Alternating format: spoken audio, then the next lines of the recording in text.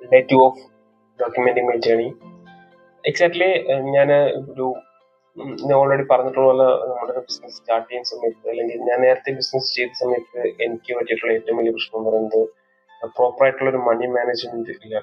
അത്യാവശ്യം നല്ല രീതിയിൽ നല്ല വർക്ക്സും കാര്യങ്ങളൊക്കെ നമ്മൾ ചെയ്യുന്നുണ്ടായിരുന്നു. ബട്ട് ആ കൃത്യമായിട്ടുള്ളൊരു മണി മാനേജ്മെന്റ് അല്ലെങ്കിൽ പ്രോപ്പറായിട്ടുള്ള ഫിനാൻഷ്യൽ മാനേജ്മെന്റോ ഇല്ലാത്തതുകൊണ്ട് നമുക്ക് ഒരുപാട് പ്രശ്നങ്ങൾ ഉണ്ടായിരുന്നു. കൃത്യമായിട്ട് പേയ്മെന്റ്സ് കാര്യങ്ങൾ കളക്ട് ചെയ്യാൻ പറ്റില്ലായിരുന്നു. ഇൻവോയ്സസ് കൃത്യ സമയത്ത് ജനറേറ്റ് ചെയ്യാൻ പറ്റിയിട്ടില്ല. കാരണം നമ്മൾ ഒരുപാട് വർക്ക്സ് വന്നപ്പോഴത്തേക്ക് നമുക്ക് അതിനെ ഹാൻഡിൽ ചെയ്യുന്ന സമയത്ത് പറയുന്ന മണി മാനേജ്മെന്റിനകത്തേക്ക് നമുക്ക് ശ്രദ്ധ കൊടുക്കാൻ പറ്റിയിട്ടില്ല. അപ്പോൾ കൃത്യമായിട്ട് വന്ന പേയ്മെന്റ്സിന് നമുക്ക് കൃത്യമായിട്ട് യൂട്ടിലൈസ് ചെയ്യാൻ പറ്റാത്തതുകൊണ്ട് ഒരുപാട് പ്രശ്നങ്ങൾ. സോ അങ്ങനെ ഒരുപാട് നഷ്ടം അതിനകത്ത് ഉണ്ടായിട്ടുണ്ട്. ഫിനാൻഷ്യൽ ക്രൈസിസിലേക്ക് തന്നെ എക്സാക്ട്ലി പോകേണ്ട അവസ്ഥ വന്നിട്ടുണ്ടായിരുന്നു ആദ്യ ബിസിനസ് ചെയ്ത സമയത്ത്.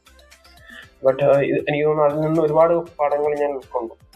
രണ്ടാമതെണ്ണം സ്റ്റാർട്ട് ചെയ്യുന്ന സമയത്ത് ഡെഫിനറ്റ്ലി ഞാൻ എൻ്റെ ഒരു മെയിൻ പ്രയോറിറ്റി തന്നെ ഒരു ബിസിനസ് മാനേജ്മെന്റ് അല്ലെങ്കിൽ മണി മാനേജ്മെന്റ് പ്രോപ്പറായിട്ട് മെയിൻറ്റെയിൻ ചെയ്യുക എന്നുള്ളത് തന്നെ ആയിരിക്കും ഒരു പ്രയോറിറ്റി. സോ ഇനി വരുന്ന അല്ലെങ്കിൽ ഇപ്പം ബിസിനസ് ചെയ്യാൻ ഉദ്ദേശിക്കുന്ന ആളുകൾ, സ്റ്റാർട്ടപ്സ് സ്റ്റാർട്ട് ചെയ്യുന്ന ആളുകൾക്ക് മണി മാനേജ്മെന്റ് കൃത്യമായിട്ട് നമ്മൾ നോക്കുക. അല്ലെങ്കിൽ പേയ്മെന്റ്സ് വരുന്നത് കൃത്യമായിട്ട് ബില്ല് ചെയ്യുക, ഇൻവോയ്സ് ജനറേറ്റ് ചെയ്യുക, കൃത്യമായി പേയ്മെന്റ് കളക്ട് ചെയ്യാനുള്ള ശ്രമം നടത്തുക.